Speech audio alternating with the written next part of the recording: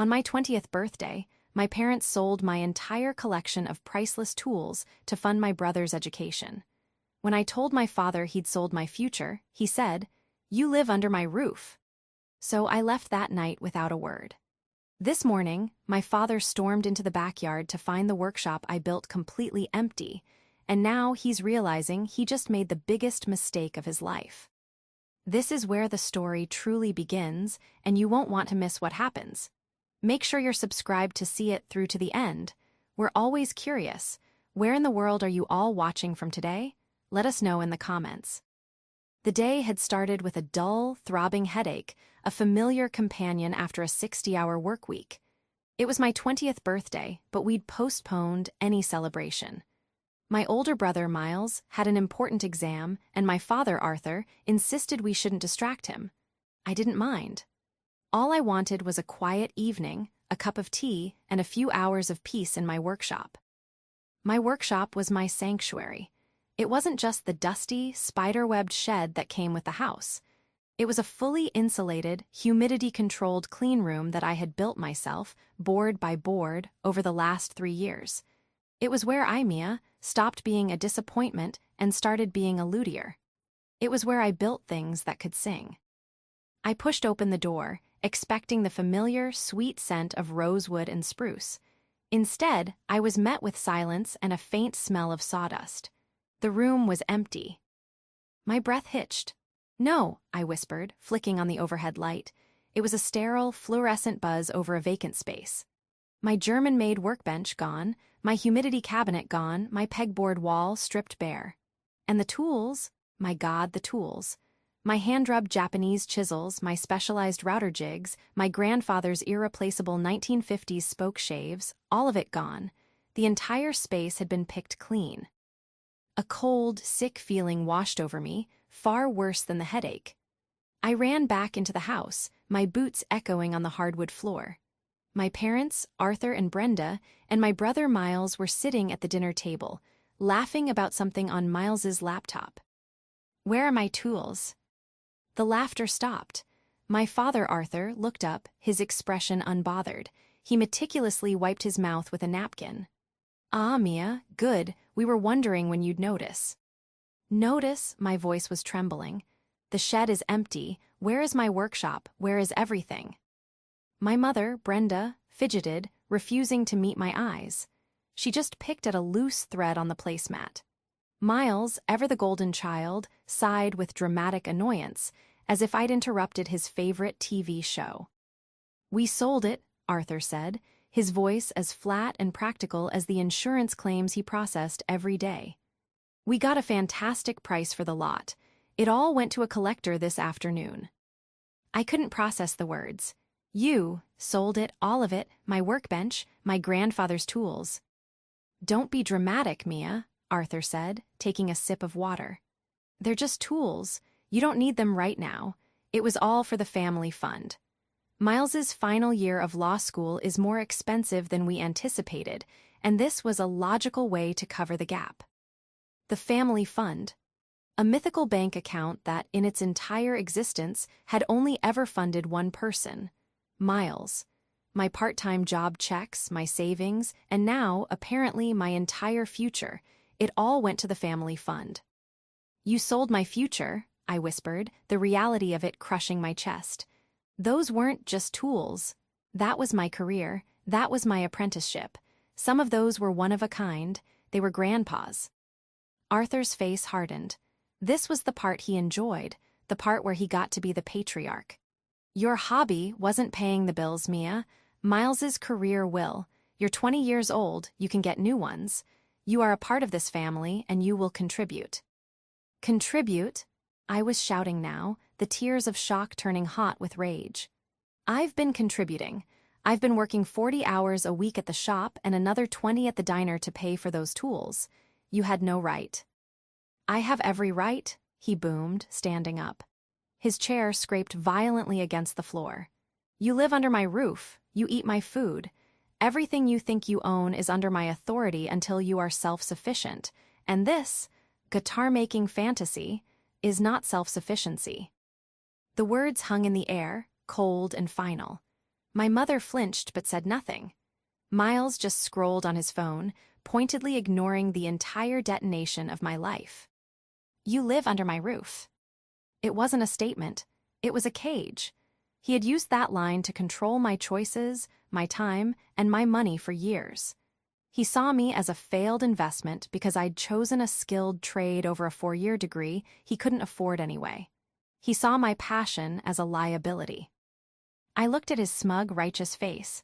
I ked at my mother's willful ignorance. I looked at my brother's profound indifference. And in that single, terrible moment, something inside me didn't just break, it hardened. It turned from molten grief into cold, sharp steel. Okay, I said. My voice was suddenly calm, so calm it surprised even me. Arthur blinked, expecting more yelling. Okay, good, I'm glad you're finally seeing reason. He sat back down, picking up his fork. Now, your mother made lasagna. Sit down and eat. We can talk about getting you some new beginner tools from the hardware store next week. I didn't move, I just stared at him. He had sold my past and my future for a few $1,000s to fund his perfect son. He thought he had taken everything. He thought he had won. But he had forgotten one crucial thing. No, thank you, I said. I'm not hungry. I turned around, walked up the stairs to my room, and locked the door. I didn't cry. I didn't scream. I pulled the duffel bag out from under my bed. I didn't know it yet, but my father had just handed me the key to my own cage. The betrayal was so total, so absolute, it was almost clarifying. It was worse than any argument, worse than any punishment. It was a fundamental rejection of who I was, and it would be the last one I ever accepted. The first hour in my room was a vacuum. The shock was so profound that my body went numb, a defense mechanism against the sheer scale of the violation.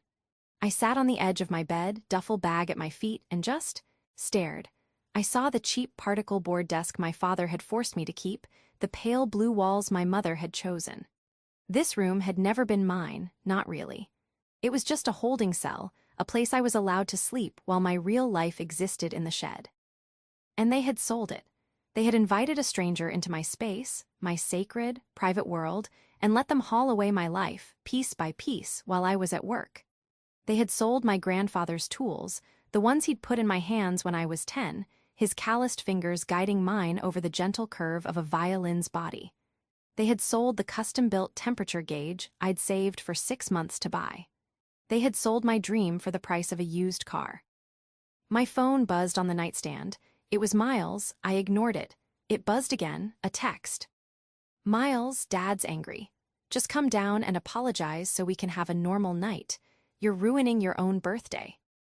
Ruin, I almost laughed. It was a cold, sharp sound in the quiet room. My birthday. They had done this on my birthday. The cruelty of it was almost artistic.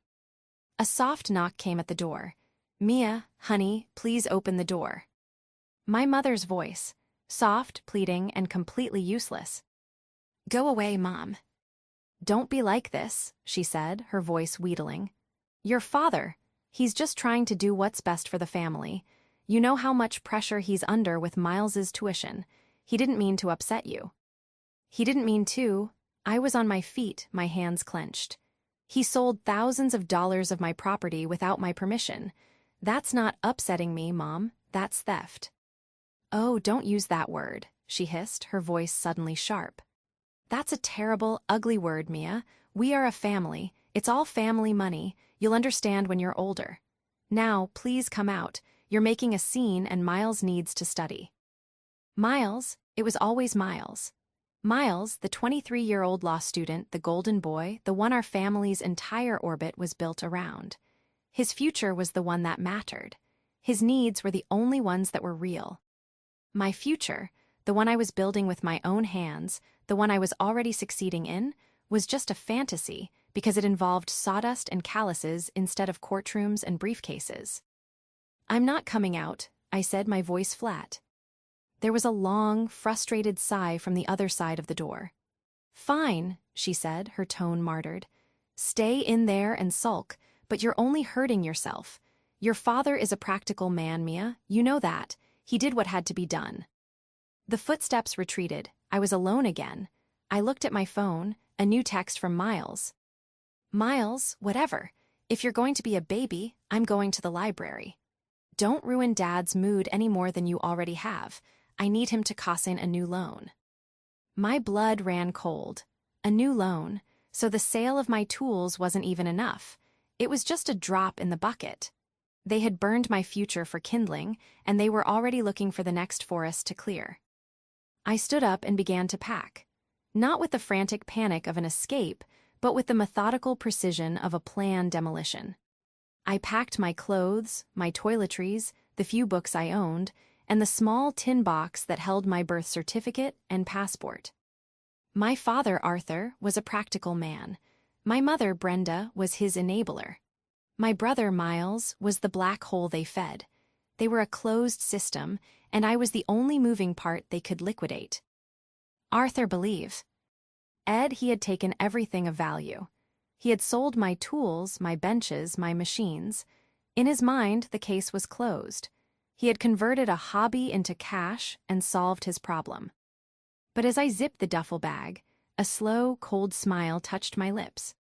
My father, the practical insurance adjuster, was an expert in assessing the value of things he could see. A car, a house, a box of tools. He saw the world in dollar signs and depreciation. But he was an amateur. He was sloppy. He'd gone into my workshop, taken the obvious, shiny things, and hadn't looked any deeper. He'd left the most valuable things behind. They had sold the tools, yes, but they had forgotten about the wood. They had forgotten about the massive, carefully curated stacks of rare tone wood I kept hidden in a false-bottom cabinet under the floorboards I'd installed. They didn't know the difference between a plank of pine and a 50-year-old, master-grade plank of Brazilian rosewood. They didn't know that the scraps I'd been currying for 5 years were worth more than all the tools combined. They'd forgotten what I was capable of building, and they had forgotten who I learned from. They'd forgotten about Patrick. I picked up my phone. It wasn't my brother or my mother I was going to call. I dialed the number of my mentor, the man who was more of a father to me than Arthur had ever been. Patrick, I said, my voice steady, I need your help, and I need your truck. My father just sold my tools. There was a pause, and then a low, dangerous voice on the other end. He what? I'm on my way. My father, Arthur, always said he respected hard work, but what he meant was a paycheck I understand. My passion for lutherie was, in his eyes, a whimsical waste of time. You get splinters, he'd say. I get quarterly bonuses. See the difference? He was an insurance adjuster, a man who spent his days assigning dollar values to other people's tragedies. He was practical to the point of being cruel, and he saw no return on investment in my chosen craft. My brother, Miles, was the opposite. He was Arthur's prize-winning racehorse. Miles was 23, enrolled in a prestigious law school, and possessed an effortless charm that made people want to give him things. The family fund was established the day he got his acceptance letter. From that moment on, the entire family's financial gravity shifted to orbit around him.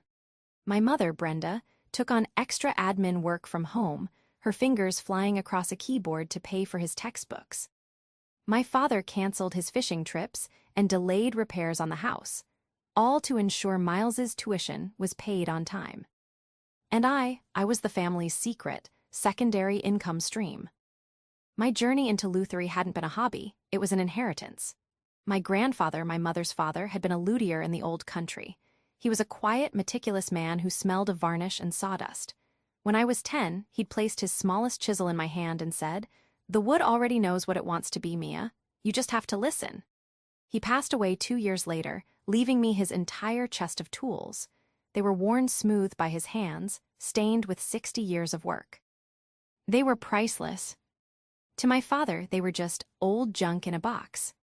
When I started my apprenticeship with Patrick, the most respected luthier in the state, Arthur was baffled. "You're going to be a shop girl, for minimum wage, when you could be getting a business degree." He didn't understand that the minimum wage was just the start. I worked 40 hours a week for Patrick, learning the art. Then, I'd go to a diner and work another 20, slinging hash to save up. Every dollar went into my future. I bought a second-hand lathe. I saved for a year to get a professional-grade bandsaw. I spent months building my workshop in the shed, insulating it, wiring it, and installing a complex humidity system to protect the delicate woods. My family saw none of this. They just saw the shed door close. When I'd come in, exhausted and covered in sawdust, my mother would sigh. "I just wish you'd spend more time with us, Mia. Your brother's home for the weekend. Can't you just be normal for a night?" Normal, to them, normal meant contributing to the bottomless pit of Miles's ambition. Last year, when Miles needed a new top-of-the-line laptop for his intensive studies, Arthur had suggested I sell my car. It was an old, beaten-up sedan, but it was my car, the one I used to get to both of my jobs. "It's just practical, Mia," Arthur had explained, as if I were a child. "Miles needs this for his career. You can take the bus. It's a small sacrifice for the family." I fought him hard, but Brenda wore me down. "Please, honey, don't upset your father. It's just for a little while. Think of how proud we'll be when Miles is a lawyer." I caved. I sold the car. Miles got his laptop. I started taking the bus, adding 2 hours of travel time to my already crushing days. And Miles? He used the laptop to stream basketball games and trade stocks, which he was learning about in a very expensive elective. This was the pattern. My sacrifices were practical. Miles's entitlements were investments. Now, sitting on my bed with my bag packed, I understood the full, ugly truth. My father didn't just resent my hobby, he resented me. He resented that I was building a life that didn't revolve around him. He resented that I had a passion he couldn't quantify or control. And he resented, most of all, that I had something of value that he could take. Selling my tools wasn't a last resort. It was a power play. It was his way of reminding me that he was in charge, that my dreams were disposable, and that my only practical value was as a resource for his golden child. He had ripped the heart out of my world to pawn it for his son's comfort. He thought he was teaching me a lesson about practicality. He thought he was showing me who was boss. But all he'd done was confirm what I'd long suspected. In this house, I wasn't a daughter. I was collateral. The headlights of a large truck swept across my bedroom wall. Patrick was here. I unzipped my bag, took out the small tin box, and removed my house key. I walked downstairs. The house was quiet.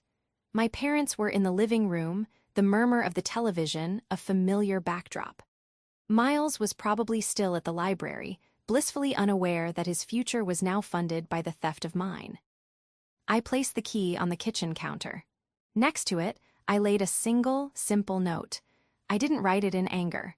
I wrote it with the cold, clear precision of one of my grandfather's chisels. "You sold my tools, I kept my future. Don't contact me." I walked out the back door, closing it softly behind me. I didn't look back. I climbed into the cab of Patrick's truck, the smell of sawdust and old coffee a welcome comfort. "He's going to regret this," Patrick said, his voice a low growl. He put the truck in gear. "I know," I said.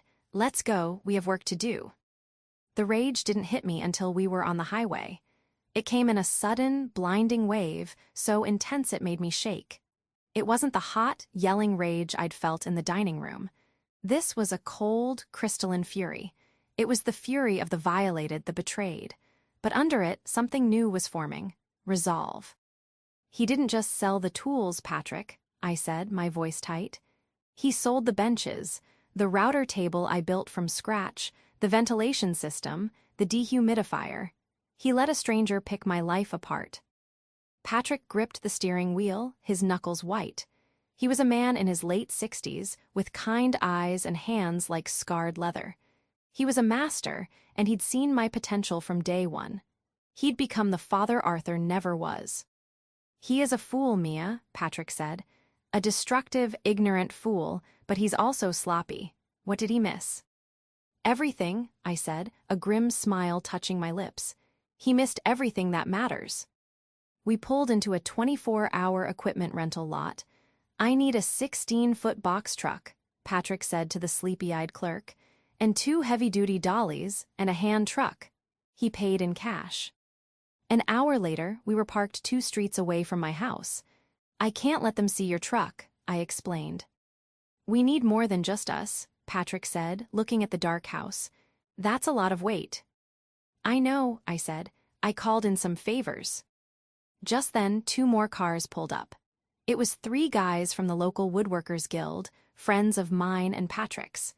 They were big, capable, and, after hearing a 30-second version of the story, quietly furious. We work in silence, I said, handing them all gloves. We park around the corner, we don't use the front door. We go through the back gate, straight to the shed. We take everything. For the next 3 hours, we operated like a ghost crew. We backed the truck down the alley, killing the engine. We used the dollies to move the heavy pieces, our movements practiced and silent. First, my 2 remaining industrial workbenches, the ones Arthur had missed because they were in the dirty section of the shed. Then, my drill press and band saw, which had been hidden under a tarp. And then, the grand prize. I knelt by the far wall and used a pry bar to lift 3 planks of the flooring I'd installed. Beneath it was a shallow, lead-lined crawlspace, perfectly humidity-controlled. And inside was my treasure. It was my collection of tone wood. To a layman like my father, it was just a stack of lumber. To a luthier, it was a bank vault. There were 30 sets of master-grade Sitka spruce, aged for 10 years. There were multiple billets of flamed maple, a dozen sets of Indian rosewood, and, in a special case, 3 sets of pre-ban Brazilian rosewood. That wood alone was worth more than Miles's tuition. I had been curing it, saving it for the day I would be skilled enough to use it. One by one, we passed the planks out, handling them with more care than most people handle crystal. We loaded them into the truck, stacking them with professional care. We took the shelves they'd been on. We took the insulation panels that were left over. We took my shop vac. By 4:00 a.m., the shed was a hollow shell. It was exactly as it had been when my parents moved in, an empty, useless box. We drove to Patrick's shop, a large, beautiful barn of a building 30 miles away. We unloaded everything into his spacious, secure storage area. When the last piece was in, the sun was just starting to tint the sky pink. The guys from the guild, true heroes, just nodded, accepted my whispered, tearful thanks, and drove off into the dawn. Patrick put a heavy hand on my shoulder. "You're safe here, Mia. There's an apartment above the shop. It's yours as long as you need it." "Thank you, Patrick," I whispered, the exhaustion and adrenaline finally catching up. "Now," he said, handing me a hot cup of coffee from a thermos, "let's find your tools." This was the clever trap. My father, Arthur, was an adjuster. He knew how to liquidate, but he wasn't a specialist. He didn't know the luthier community. It's a small, tight-knit world. There are only a handful of dealers in the tri-state area who would even know what those tools were, let alone have the money to buy them. At 8:00 a.m. sharp, Patrick and I sat in his office, a list of phone numbers between us. "You call the pawn shops," he said. "Ask for musical instrument tools. I'll call the dealers. I'll start with Henderson." Henderson's Fine Instruments was the biggest, most reputable dealer in the region. Mr. Henderson and Patrick had a 30-year history of friendly rivalry and mutual respect. I spent an hour getting nowhere with pawnbrokers who had no idea what a spoke shave was. As I was hanging up with another confused manager, I heard Patrick's voice in the other room. His tone suddenly iron. "He said what, John? He said his daughter gave up the hobby? Yes, that's her. No, she's right here. She's my apprentice. He told you they were his to sell. I see. John, that man didn't just sell you his daughter's tools. He sold you stolen goods. Her grandfather's collection was in that lot. They are irreplaceable." There was a long pause. I held my breath. "I understand your position," Patrick said, his voice cold. "And you understand mine. That man, Arthur, has committed fraud. He has defrauded you, and he has stolen from my apprentice. No, I don't want you to call the police. Not yet. I have a better idea. Tell me, John, when does he come in to sign the final consignment papers?" The morning exploded. I was in the apartment above Patrick's shop, which was quickly becoming my new home. It was small, but the entire place smelled like aged wood and varnish, a scent that felt safer than any place I'd ever lived. My phone, which I'd left on silent, was lit up like a Christmas tree. 15 missed calls from Mother, 8 from Arthur, a stream of increasingly hysterical texts from Miles. Miles, 7:30 a.m., where are you? Mom's having a panic attack. Miles, 7:45 a.m., seriously, Mia, this isn't funny. Dad just went to the shed. He's calling the police. You'd better get back here and return his stuff. Miles, 7:46 a.m., his stuff MIA, THATS theft. Miles, 8:15 a.m., Mom is in tears. You've really done it this time. You are the most selfish person I have ever met. Dad is driving to your little shop to talk to your boss. The last one made my blood run cold. I ran downstairs. Patrick, my father is on his way here. Patrick was on the phone, a grim look on his face. He held up a hand, silencing me. John, he's on his way to my shop right now. He thinks Mia is here. Perfect. Let him come.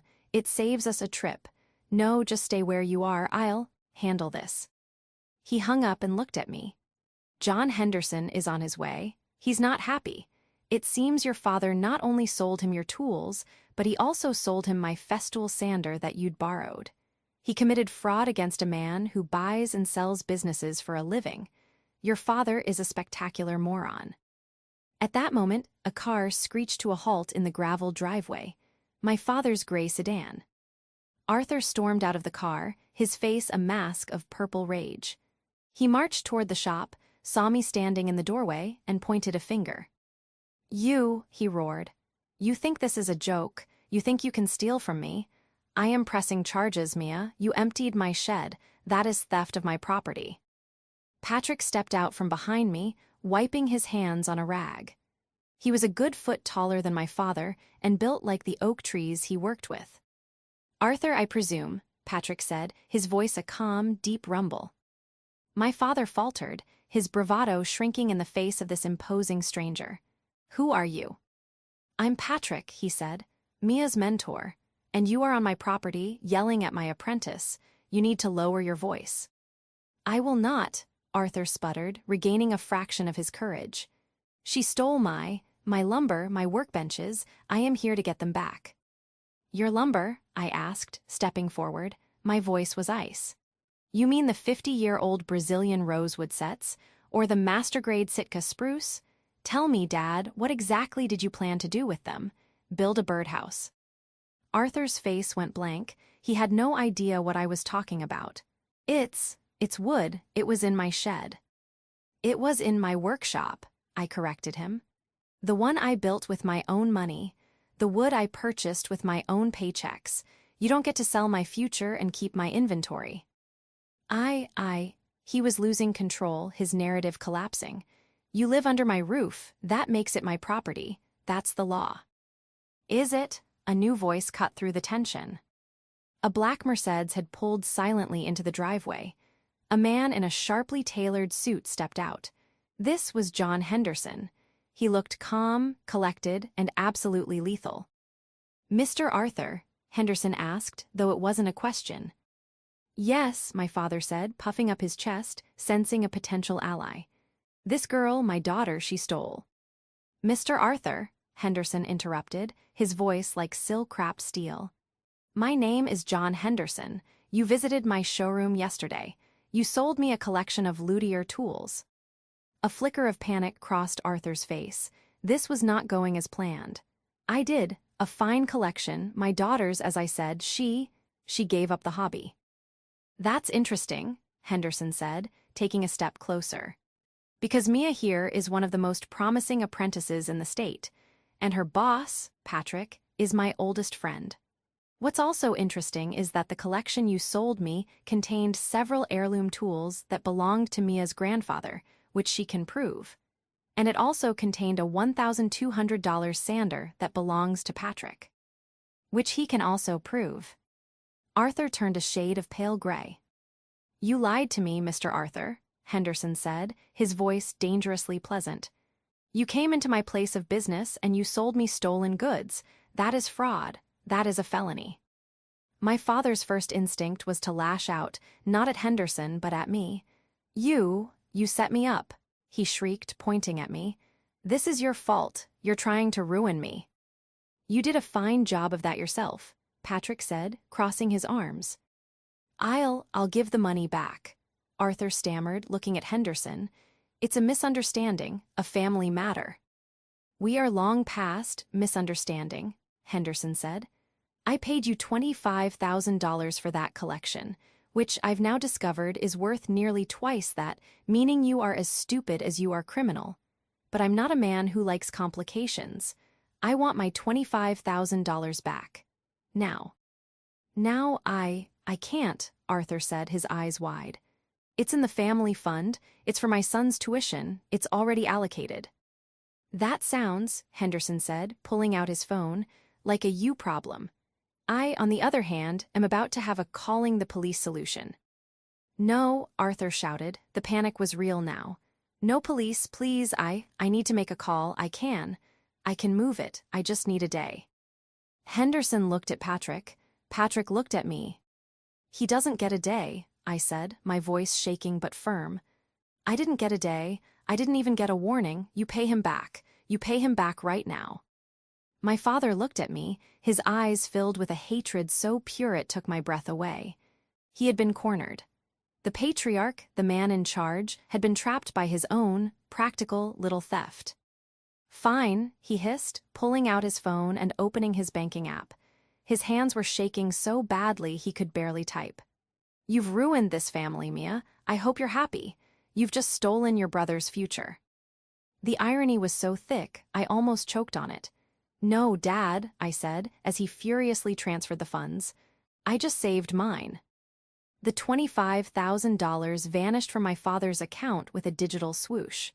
John Henderson's phone pinged. He checked it, nodded once, and put it back in his pocket. "A pleasure doing business with you, Arthur," he said, his tone dripping with sarcasm. "The tools will be delivered back to this address," he gestured to Patrick's shop, "within the hour. If you ever, and I mean ever, step foot in my showroom again, I will have you arrested for trespassing." He gave a polite nod to Patrick and me, got in his Mercedes, and was gone. My father stood in the gravel driveway, vibrating with a level of impotent rage I had never seen. He was a deflated bully, his authority stripped bare. He opened his mouth, probably to let loose a final, wounding volley of insults. I just held up my hand. "Don't," I said, "don't say another word, get in your car and go home." "Mia, you don't understand what you've done," he whispered, his voice hoarse. That was everything. That was Miles's entire semester. "And the $25,000 you got for my tools was my entire future," I shot back. "We are not the same. You did this to teach me a lesson."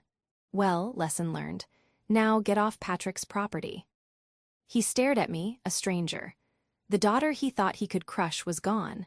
In her place was someone he didn't recognize and, more importantly, someone he couldn't control. He got in his car, slammed the door, and sped off, kicking up a cloud of dust. When he was gone, my knees finally buckled. Patrick caught me. "I've got you, Mia, it's over." He really did it," I whispered, the reality setting in. "He sold it all." "He did," Patrick said, guiding me into the shop. "But we're getting it back, and more importantly, you are free." The rest of the day was a blur. The delivery truck from Henderson's arrived. My tools, my benches, my grandfather's precious wooden case. It was all there. I spent hours just touching them, taking inventory, tears of relief streaming down my face. Nothing was broken. Nothing was missing. But the real fallout was just beginning. My phone, which had been quiet during the confrontation, erupted. This time, it wasn't my mother. It was Miles. I answered, putting it on speaker. "What did you do?" he roared, his voice cracking with panic. "What did you do, MIA?" "I got my tools back, Miles," I said calmly, polishing a chisel. "My tuition, the payment was declined. The entire family fund is empty. Dad said you tricked him, you had him arrested." "I didn't have him arrested, though I could have," I said. "He was forced to return the money he stole from me. He sold my property to a legitimate dealer under false pretenses. That's called fraud, Miles. You're a law student, you should know that. But that was my money, he sputtered. That was for my future. You've ruined me. I'm going to be kicked out. All for your stupid guitars. There it was, the entitlement, raw and exposed. The belief that his future was the only one that mattered, that mine was just a hobby that could be liquidated for his convenience. My stupid guitars are my life, Miles, I said, my voice hardening. A life I've been building while you've been coasting. You want a future? Go get a job. I've had 2 of them since I was 16. You can start by selling that laptop I paid for. He was speechless. The idea of him working was so foreign, so offensive, it had short-circuited his brain. Goodbye, Miles, I said. Mia, wait, don't hang up. You have to fix this. Talk to Dad, tell him to sell something else. Sell your wood. That's worth money, right? Dad said you stole all his lumber. I hung up, I blocked his number. Then I blocked my mother's, and finally I blocked my father's. The silence in the workshop was absolute. It was just me, my tools, and the scent of wood. But the fight wasn't quite over. That evening, as Patrick and I were closing up, my mother's car pulled into the driveway. She got out, looking frail and terrified. I met her at the door, blocking her entrance. Mia, please, she begged, her eyes red from crying. You have to come home, your father. He's a broken man. Miles is. He's beside himself. He's locked in his room. This is tearing us apart. It's not this that's tearing you apart, Mom, I said, my heart aching with a sadness that was deeper than anger. It's been torn for years. I just stopped letting you all stitch it back together with pieces of me. But he's your father, she cried, as if that explained everything.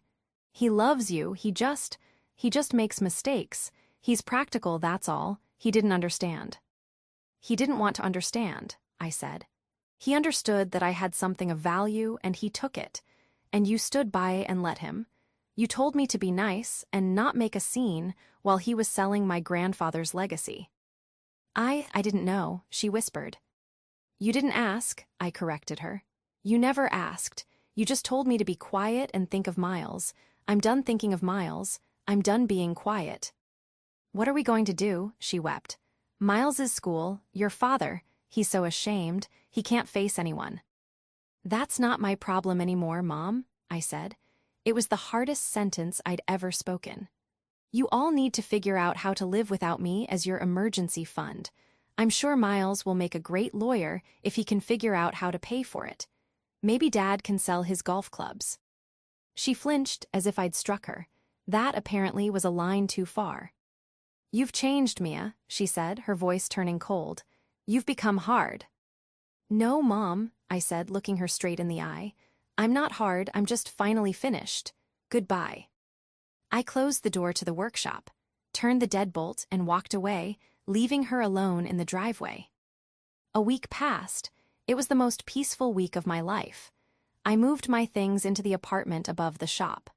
Patrick, seeing my drive and my renewed focus, officially promoted me from apprentice to junior luthier, with a matching raise.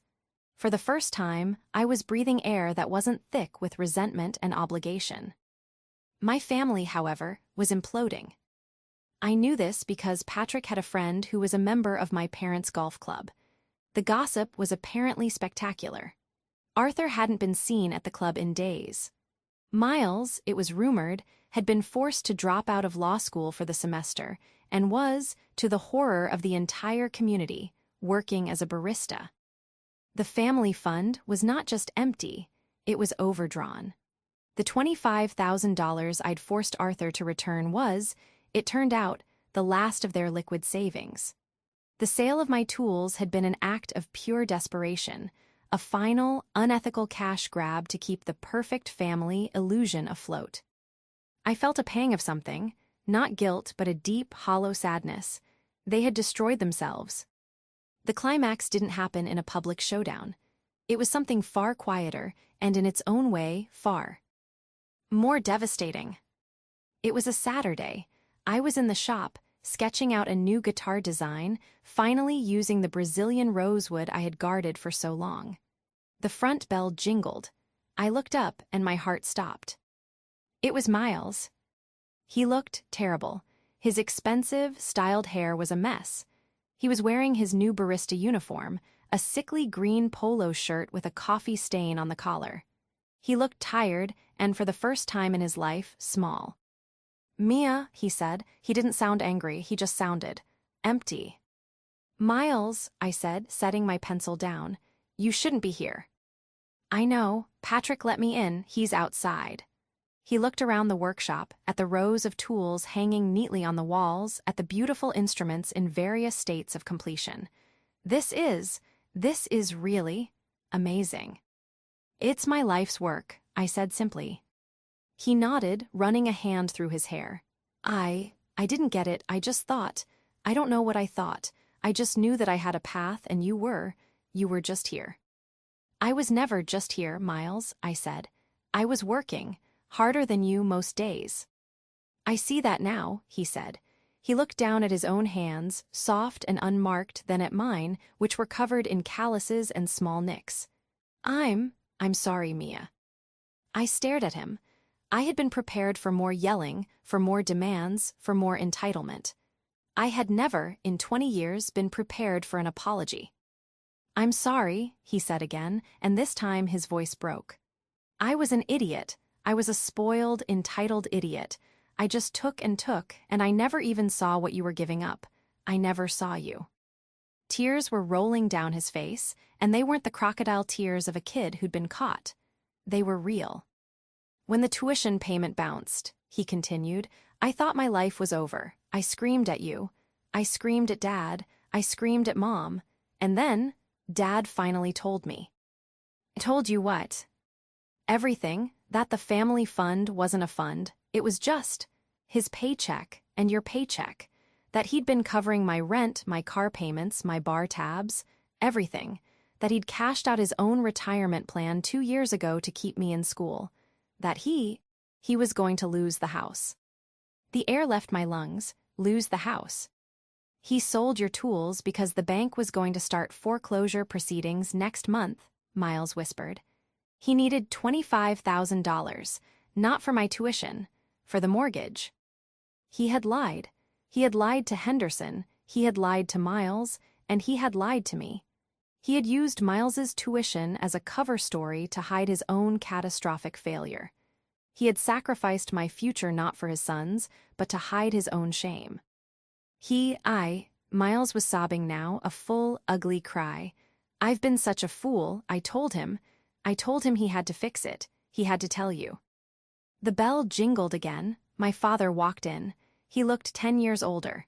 His shoulders were slumped, his face ashen. He wasn't the roaring patriarch. He was just a small, defeated man. He looked at me, at Miles, and then at the floor. "He's right, Mia," Arthur said, his voice barely audible. "It was for the house. I've made a mess of everything. I was so obsessed with Miles being a success, with looking successful. I ruined us, and I violated you in the worst way." He reached into his jacket pocket. He pulled out a small, velvet bag. I couldn't get it all back," he said. "The dealer, he had already sold this. I had to buy it back from the new owner.